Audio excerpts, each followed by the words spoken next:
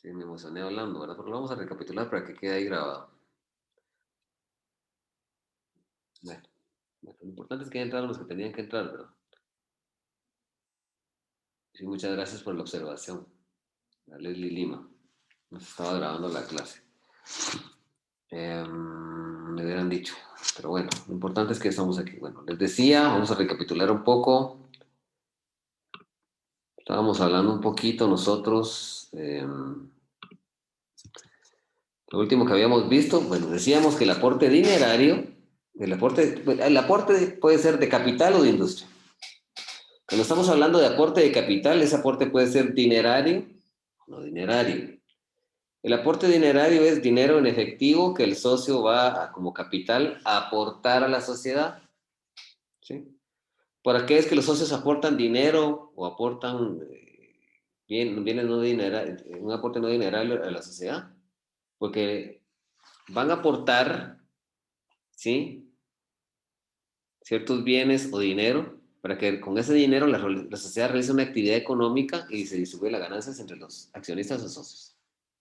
Entonces, el aporte dinerario es aportar a la sociedad, ¿sí?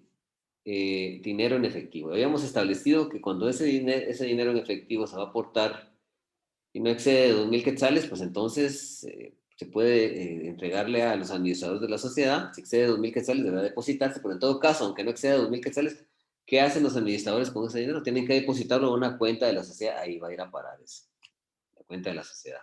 ¿Sí? Entonces, es dinero en efectivo. No hay un límite de dinero que se pueda aportar, es libre. El aporte de no dinerario es que se va a aportar a la sociedad por parte del socio, se van a aportar bienes, se van a aportar bienes, ¿sí? ¿Qué clase de bienes? ¿Bienes inmuebles o bienes muebles? Bienes inmuebles o bienes muebles. Se pueden aportar un sinnúmero de bienes inmuebles o muebles. Se pueden aportar acciones de otra sociedad. Cualquier derecho que tenga un carácter pecuniario económico, ¿verdad? Como una patente de invención, una patente de modelo, ¿sí? Se puede aportar un crédito si usted es acreedor, como veníamos anunciando anteriormente, si es acreedor, también puede aportar esa acreeduría a la sociedad para que en un futuro se cobre, ¿verdad?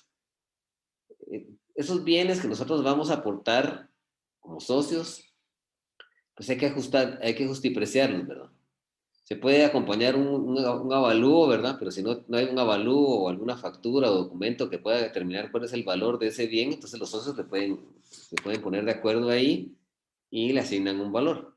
Hay que tener mucho cuidado también porque habíamos establecido entre las disposiciones que si el socio que aporte un bien material, ya sea mueble o inmueble, cualquier tipo de derecho, y realmente aporte y declare un valor que no le corresponde, un valor que no es hay una inflación en cuanto a ese valor, pues la consecuencia lógica es que este sujeto deberá indemnizar a la sociedad por los daños y perjuicios que le provoque a la sociedad por darle un valor mayor que no le corresponde y que prácticamente está provocando una inflación en la sociedad, está inflando el precio del valor. El aporte de industria, que básicamente es que lo que va a aportar el socio es su trabajo. Así, el aporte de industria es aportar trabajo. Hoy lo podemos adornar diciendo que cualquier persona posee ciertas habilidades técnicas o científicas porque el sujeto ejerce alguna ciencia o arte o profesión o disciplina. El sujeto puede ser comerciante, que el socio que va a aportar eso puede ser médico, odontólogo, puede ser ingeniero civil, agricultor, panadero, zapatero, etcétera. Entonces va a aportar el saber hacer de esas habilidades técnicas eh, o ese oficio que él realiza a la sociedad. Lo va a aportar trabajo. ¿Y cómo le van a distribuir sus utilidades? Ya lo habíamos visto. Se hace un promedio. Si, por ejemplo, hay 4 socios capitalistas y un solo industrial, se hace un promedio dentro de lo que ganan los 4 socios capitalistas y el socio industrial, eso es lo que va a ganar. Si fuera un socio industrial y solo un capitalista, igual lo mismo que gane el capitalista va a ganar el industrial. ¿Sí? ¿Y cómo va a soportar las pérdidas? Las pérdidas las va a soportar con lo que respecta a lo que él tiene mayor a las utilidades que él perciba. Las ganancias que él no va a soportar sus pérdidas en un momento determinado con el capital, porque él no está aportando capital. De hecho, cuando se comienzan a soportar las pérdidas, se va descontando eso de las utilidades. Luego, habrá que tomar capital. Pero para que él pueda soportar las pérdidas, tendrá que ser de la parte de las utilidades que él tiene. Entonces, si tienen alguna duda en cuanto a esto del aporte.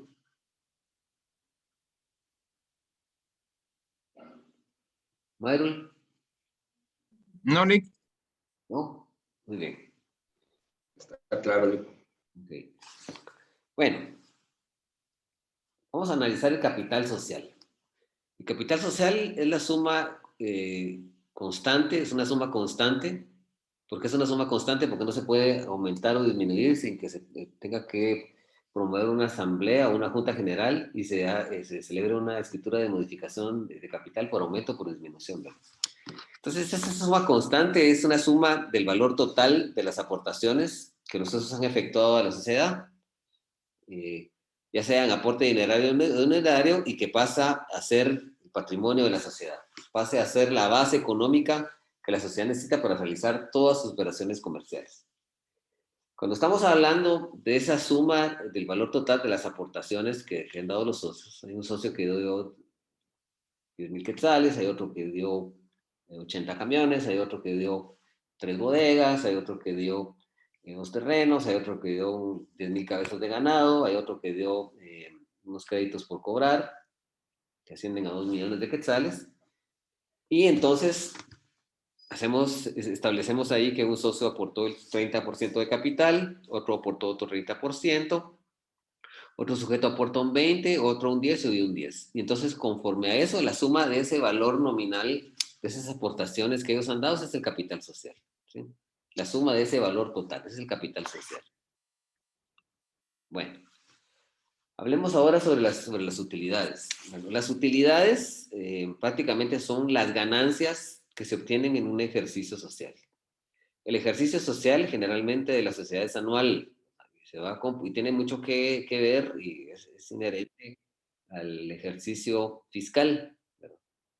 Prácticamente viene siendo un cómputo de un año, que el ejercicio fiscal sabemos nosotros que es del 1 de junio de un año, el 1 de julio de un año, el 31 de julio, el 30 de junio, 30 de junio del otro año, del mismo año, el siguiente año, es un año.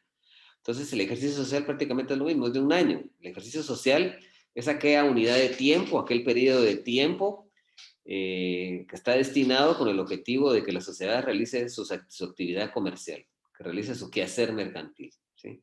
Entonces, en ese periodo, ¿sí?, del ejercicio social, eh, las ganancias que se reporten dentro de ese periodo, pues básicamente son las utilidades. Las utilidades es todo el beneficio pecuniario o económico que vaya a aumentar el patrimonio de la sociedad. Cuando estamos hablando, no vamos a confundir nosotros capital, como estoy utilizando el término patrimonio, ¿verdad? El capital básicamente es lo que nosotros tenemos en los activos, es lo que los socios aportan a la sociedad para que ésta comience a poder realizar su actividad económica. Pero cuando hablamos de patrimonio, estamos hablando nosotros no solo del capital, sino que estamos hablando también de las ganancias y que estamos hablando también de las pérdidas, estamos hablando de las cargas fiscales, de los impuestos, de cualquier otro tipo de obligación. A eso se refiere el patrimonio. Pero cuando hablamos de utilidades, estamos hablando de las ganancias, ¿sí? Se aportaron 80 millones de quetzales en un año, se aportaron para fundar la sociedad, ese es el capital. Y entonces, si nosotros reportamos al término de ese año que tenemos esos 80 millones, nosotros 30 millones más, pues ya tenemos una utilidad de 30. Por el contrario, si nosotros miramos, establecemos que no tenemos 80 millones de capital, sino que solo tenemos 60, pero tenemos una pérdida de 20 millones. ¿Sí? Es una pérdida considerable, ¿verdad? Esas son las pérdidas, ¿verdad? Bueno, aquí ya veníamos hablando del patrimonio, me había adelantado yo un poco a él, pero como les venía diciendo, el patrimonio consiste en todos los bienes, derechos y obligaciones de la sociedad. Y ese se va a modificar constantemente según el éxito o fracaso de la actividad comercial de la sociedad. El patrimonio es todo, no solo el capital que se aportó, las ganancias que se obtienen, las pérdidas que también hay, que pueden haber, todos los gastos de operación de la empresa, los gastos de sueldos de empleados, las cargas fiscales, los impuestos, etcétera. Todo eso. Entonces, ese es el patrimonio, ¿verdad? sea, no solo es, no solo es el patrimonio de utilidades, sino que es un concepto amplio, ¿verdad? Dentro del patrimonio tenemos que ubicar no solo el capital, ¿verdad? También las utilidades, ¿verdad? También las pérdidas. Y cualquier otro tipo de obligación fiscal, ¿verdad? O aduanera, o de cualquier tipo que haya ¿verdad? El pasivo laboral, también los gastos de compra de materia prima, etcétera. Todo ese tipo de cuestiones que son muy importantes. No sé si tienen alguna duda de lo que hemos hablado, de esto del patrimonio, sobre todo el patrimonio.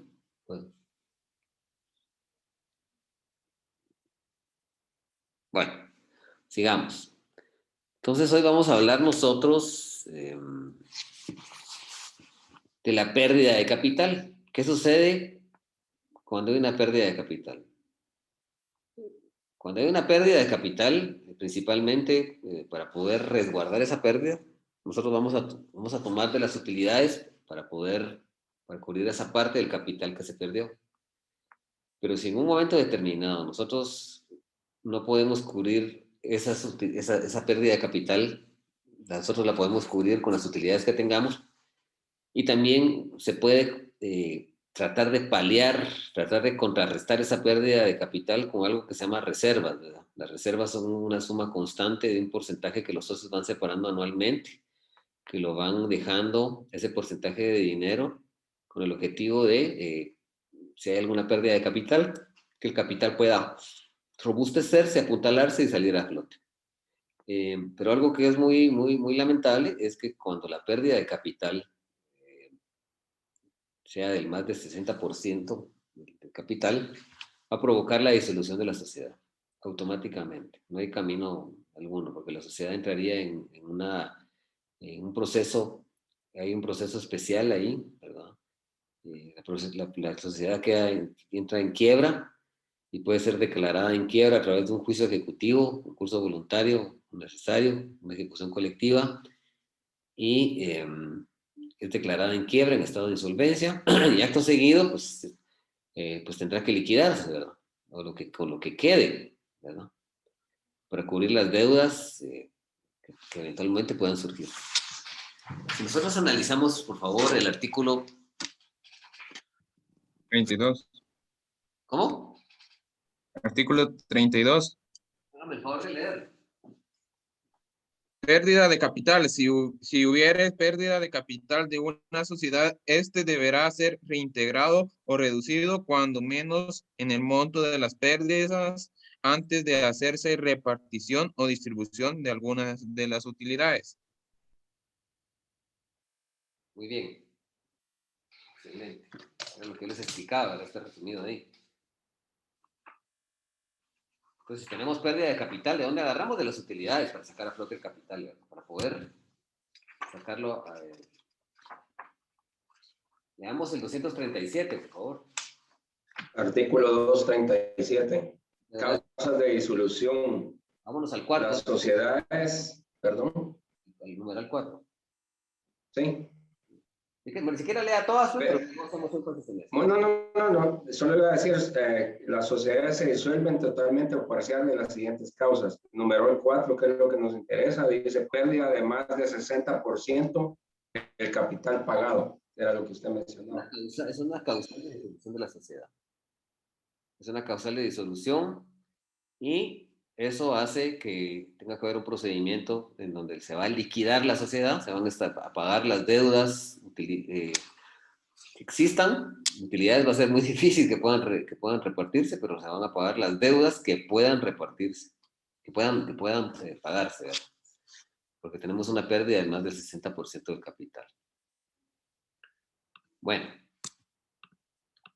vamos a hablar ahora pues, de las reservas. Pues las reservas es un porcentaje de las utilidades netas de cada ejercicio social, esos que convencionalmente se pactan en la escritura constitutiva. En la escritura constitutiva, dentro de las estipulaciones, hay reservas voluntarias y reservas legales, como vamos a ver más adelante. Y entonces tienen que separar un porcentaje de capital de esas utilidades con el objetivo de proteger el capital, ¿verdad? Ese es el objetivo, primordialmente, proteger el capital. Bueno, estas reservas, pues tenemos reservas legales y tenemos reservas voluntarias, ¿verdad? Pues las reservas legales es obligatorio separar un porcentaje que no puede ser inferior al 5% de las utilidades. Eso se hace anualmente, ¿verdad? De forma anual.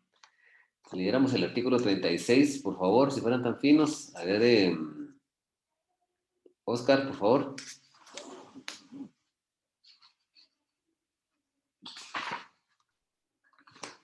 Artículo 36, reserva legal de las utilidades netas de cada ejercicio de toda sociedad.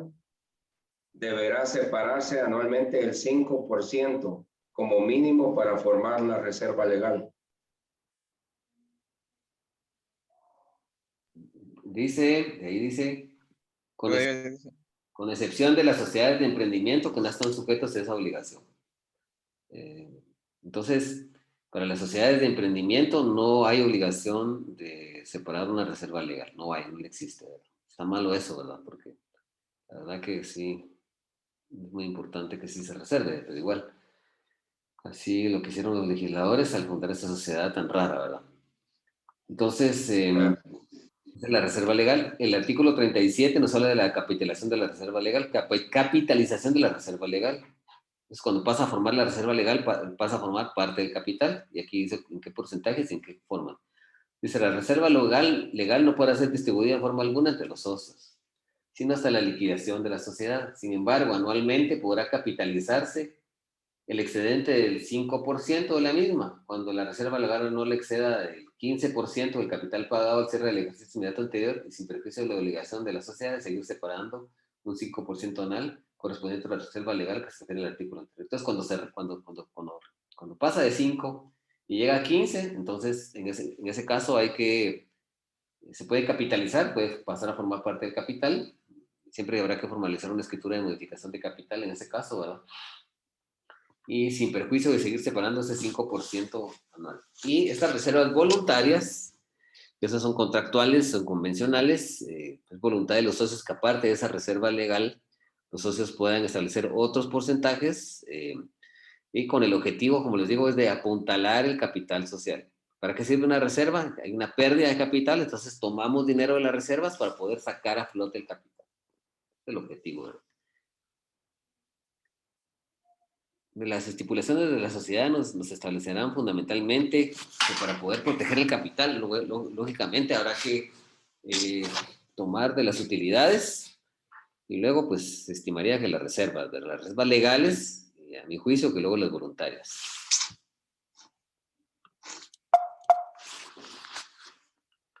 ¿Tenemos alguna duda, mis amigos, con relación a esto? No, Lick. Bueno, entonces nuestro examen va a entrar desde la historia que hablamos del derecho mercantil, todas las otras diapositivas que ha dado, hasta esta diapositiva, hasta acá, va a entrar el examen del día de lunes, ¿es verdad? sí, Perfecto. Bueno, vamos a tocar otro tema por aquí. La que mandó hoy no cuenta, Lick. No, la de hoy no. La de hoy no la voy a examinar. No creo que nos dé tiempo de desarrollar mucho de eso hoy. Vamos a desarrollar lo que podamos. ¿Les parece? sí, Lick, estaría perfecto. Sí, muy bien. Vamos a desarrollar lo que podamos.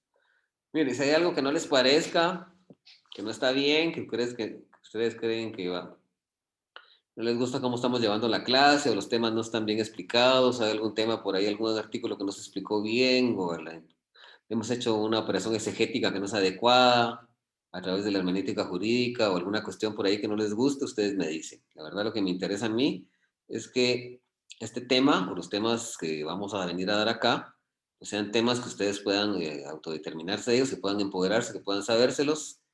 Estamos tratando de abarcar, pues, tal vez no logremos abarcar el 100% del programa, pero lo que pretendemos aquí en Mercantil, que tenemos bastante espacio, los temas nos permiten llegar a mucho para que ustedes puedan manejarlos bien. Entonces ustedes me dicen cualquier cosa, ¿verdad? Bueno, vamos a analizar ahora.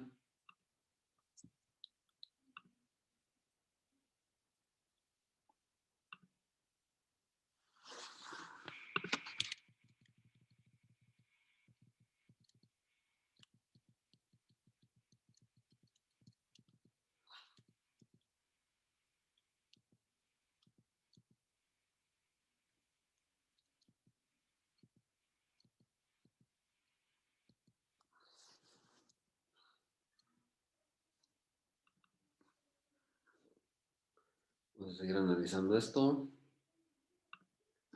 Bueno, sigamos analizando esto. Bueno, vamos a entrar en nuestra tercera parte, que es Derecho Societario 3, ¿verdad? Eso es lo que vamos a analizar ahora. Así le decimos para dividirlo en 3 secciones, ¿verdad? Bueno, analicemos ahora. Bueno, creo que nos compele ahora en estos momentos hablar un poquito de lo que es el objeto social. Pues básicamente el objeto social es... el objeto social es el quehacer mercantil de una sociedad. El objeto social es la actividad comercial en cuanto a la materialización de bienes, de la prestación de bienes o servicios o cualquier otra actividad de carácter comercial, que es comercial porque la sociedad va a realizar una actividad económica, se va a dar las ganancias entre los socios y fundamentalmente esa actividad es comercial porque los socios persiguen el lucro. Y también establecemos que son las actividades eminentemente onerosas, no son gratuitas. Hasta el socio va a buscar el lucro. Esa actividad comercial es el objeto social, es el quehacer mercantil de la sociedad, es lo que la sociedad va a hacer, es objetivo. ¿Sí? Y hay muchos objetos sociales de naturaleza variada. Yo recuerdo que hace unos años yo le hice una sociedad anónima a uno de mis primos y me dio un objeto social así de este tamaño, como de 2 hojas y media. Y realmente tenía un montón de cosas. Tenía desde televisión vía satélite hasta producción y venta de hidrocarburos, de un montón de cosas, ¿verdad? Entonces, cuando se va a fundar una sociedad mercantil, es importante platicar con los socios en una asamblea que se llama asamblea fundacional, que realmente cuál va a ser el objeto social de esa sociedad. Porque hay muchos, ¿verdad? Puede ser la producción y distribución al mercado de refrescos de cola, distribución y venta de servicios de internet, de televisión vía satélite, expendio de medicinas, puede ser la fabricación, de expendio y distribución, importación, exportación de medicinas, de mercaderías, el expendio y venta de calzado, el expendio y venta de ropa, la prestación de servicios de naturaleza hotelera, de servicios médicos, de servicios de suministro como gas, diésel, gasolina, de la actividad bancaria, que realmente es muy amplia, que pues, no solo es desde el manejo de dinero en efectivo, en cuentas de depósito de plazo fijo y monetario, sino que también tenemos casa de cambio, manejamos también lo que es una empresa operadora de tarjetas de crédito, se maneja también lo que es una financiera que otorga préstamos a las personas, y en fin, la actividad es variada. El objeto social es variado, o sea, dependiendo de la actividad económica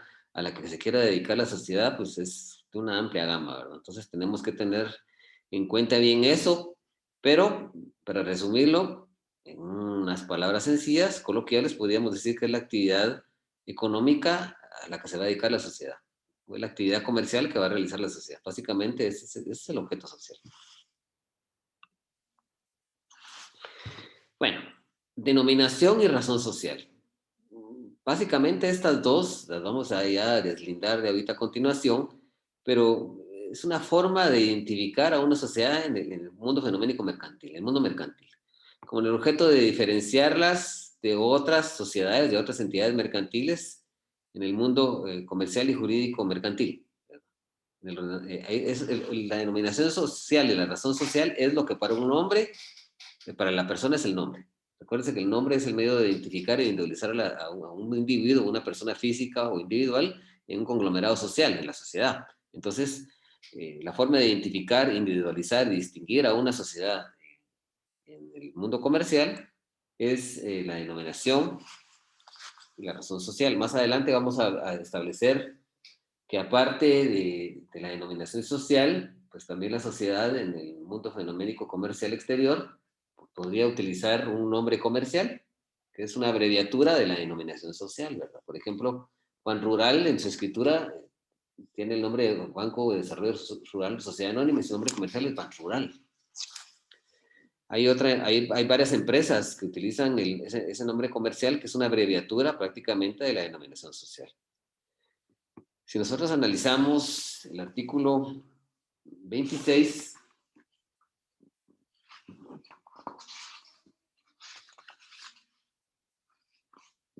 dice derecho a la razón social. Dice, la inscripción de una sociedad en el registro mercantil le otorga el derecho al uso exclusivo de su razón social o denominación social, dice, la que deberá ser claramente distinguible de cualquier otra y no podrá ser adoptada por sociedad del mismo o semejante objeto mientras subsista inscrita la primera, ¿verdad? Entonces, cuando se inscribe una sociedad, hay un procedimiento de inscripción, hay un plazo a través del cual personas interesadas en que, por ejemplo, les pueda causar un perjuicio de la denominación social, pues ¿qué tal que viniera otro banco y se llamara Banrural? Banrural tiene derecho a oponerse a que utilice eso como razón social, aunque sea su nombre comercial, ¿verdad? ¿Por qué? O sea, eso riñe con las actividades que él realiza, ¿verdad? Entonces, se puede oponer. Se puede oponer a un procedimiento, cuando analizamos ya el procedimiento de constitución de una sociedad mercantil, pues nos vamos a dar cuenta nosotros con relación a ese aspecto. ¿Sí? ¿Hay diferencia entre denominación y razón social o es sinónimo?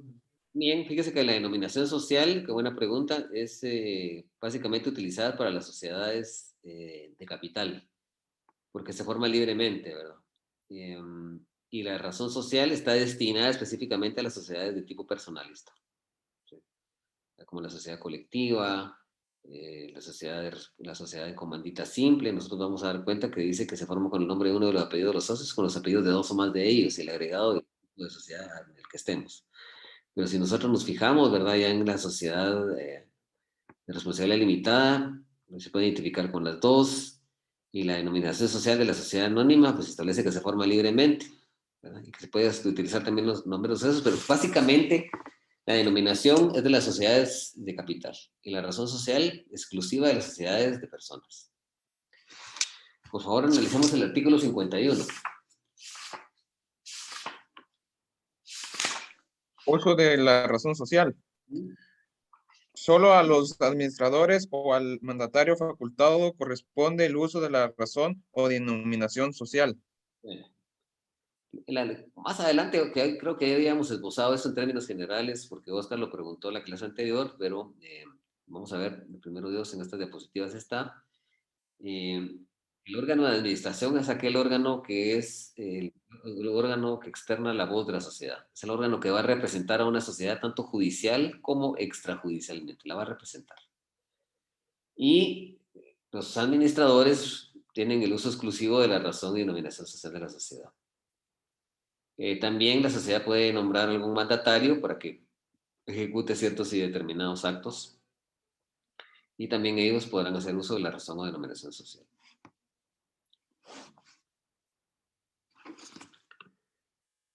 Bueno, la razón social, pues como les venía anunciando, sirve para identificar a sociedades de personas y se va a formar fundamentalmente con el nombre y apellido de uno de los socios o con los apellidos de dos o más de ellos. Si nosotros analizamos el artículo 61 de la sociedad colectiva, dice razón social. Y miren ustedes cómo se forma. Dice, la razón social se forma con el nombre y apellido de uno de los socios o con los apellidos de dos o más de ellos, con el grado obligatorio de la vivienda y compañía sociedad colectiva, la propiedad si sí es ese. Si hablamos el nombre y apellido de uno de los socios, puede ser Carlos Manuel Orondo Cardona y compañía sociedad colectiva, o Carlos Orondo Cardona y CIA SC. Puede ser Portillo, Chavarría, Orondo, Aragón, ¿verdad? 4 socios y compañía sociedad colectiva. O lo mismo de decir ICIA SC. Si analizamos el artículo 69 de la sociedad en comandita simple, es igual, solo que aquí es exclusiva de los socios comanditados. Ya cuando analicemos este tipo de sociedad vamos a ver por qué se utiliza solo los socios comanditados en la razón social y dice lo mismo. Dice, la razón social se forma con el nombre de uno de los socios comanditados o con los apellidos de dos o más de ellos, si fueren varios, y con el agregado obligatorio de la leyenda y compañía, sociedad en comandita, la que por abreviarse, y CIA, esencia. Con la misma forma, el nombre de uno de los socios comanditados o los apellidos de dos o más de ellos. Y el artículo 80, la sociedad colectiva. La colectiva se puede identificar ya sea con denominación o con razón social. Y dice aquí, la sociedad girará bajo una denominación o bajo una razón social. La denominación se formará libremente, dice. ¿Ya vieron? Se forma libremente. Pero siempre hay referencia a la actividad social principal. En las otras, la colectiva, no se hacía referencia a la actividad social principal, en la denominación sí. Pero ahora dice, la razón social se formará con el nombre completo de uno de los socios o con el apellido de dos o más de ellos. Cuando estamos hablando del nombre, en el otro decía nombre y apellido, o sea, la redacción, el legislador hubiera dicho nombre completo acá y nombre completo aquí, pero igual es la misma cosa, ¿verdad? Se formaba con el nombre completo de uno de los socios o con los apellidos de dos o más de ellos. Dice, en ambos casos es obligatorio agregar la palabra o leyenda y compañía limitada, la que por diversi, LTDA o si LTDA. Cuando habla aquí de la razón social, no habla que tenga que referirse al objeto social principal. Ojo con eso. Sino que se forma con el apellido de uno de los socios, con el nombre completo de uno de los socios o con los apellidos de dos o más de ellos. Si nosotros analizamos el artículo 197 de la sociedad en comando, ¿manda? Disculpe, entonces, cuando, digamos, en este artículo, en el 80, cuando lo hacemos por denominación social, no se le agrega compañía limitada, solo sería no se le tiene que agregar, es que mire, pues, la denominación social tiene que hacer referencia a la actividad social principal. Es decir, pastelería, o, por ejemplo, Transportes Unidos Jalapanecos, transportes, le ponen transportes porque es la actividad social principal. O, por ejemplo, Mueblería Escobar, ¿no? Mueblería, porque es la actividad social principal, pero si, eso es una sociedad anónima. Pero si hubiera sido una sociedad de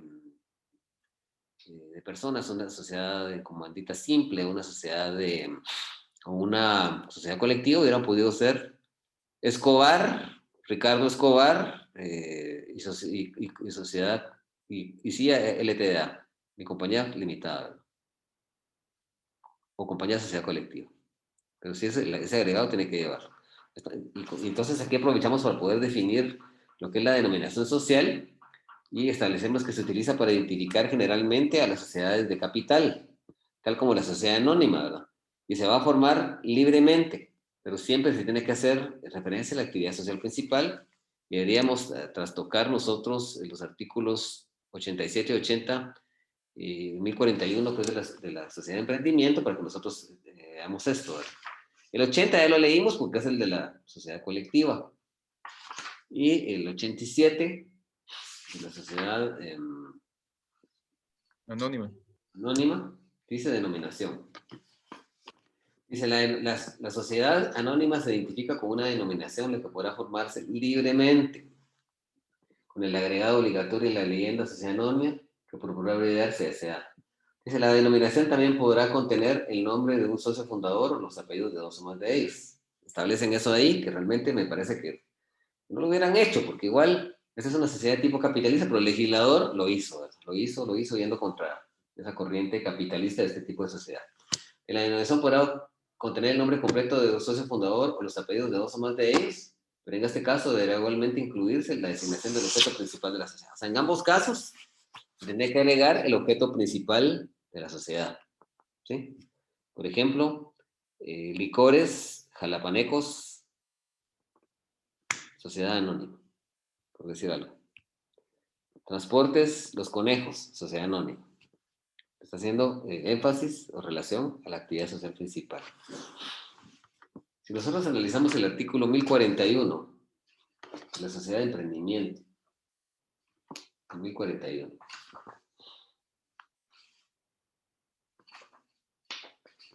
Dice denominación. Dice la denominación de la sociedad de emprendimiento. La denominación se formará libremente, pero distinta de cualquier otra sociedad, siempre seguida de las palabras sociedad de emprendimiento o sus abreviaturas SE. Entonces, la diferencia básica entre una razón y una denominación social es que la razón social doctrinariamente está diseñada para las sociedades de tipo personalista Y como hemos visto, se va a formar con el apellido de uno de los socios fundadores o con los apellidos de 2 o más de ellos, o de los socios. Y la denominación social está destinada para las sociedades de tipo capitalista. Esta se va a formar libremente, pero siempre dará énfasis al objeto social, a la actividad social principal. Esa es la diferencia básica. Es lo que tenemos que tener muy en cuenta ustedes.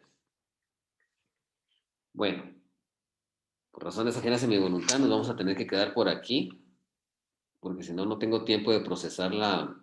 Porque otro compañero entra, ayer me pasó eso, que o sea, que yo estaba aquí, y tuve problemas con los de Mercantil 3, tuve problemas con la grabación, tuve un corte de internet y luego fue un problema. Entonces, por eso es que no es que me quiera ir ya, sino que tengo que terminar esta hora para poder procesar la grabación y que ustedes puedan tener su grabación hoy mismo y la puedan tener y por ahí, pues me parece que eso es muy sano, ¿verdad?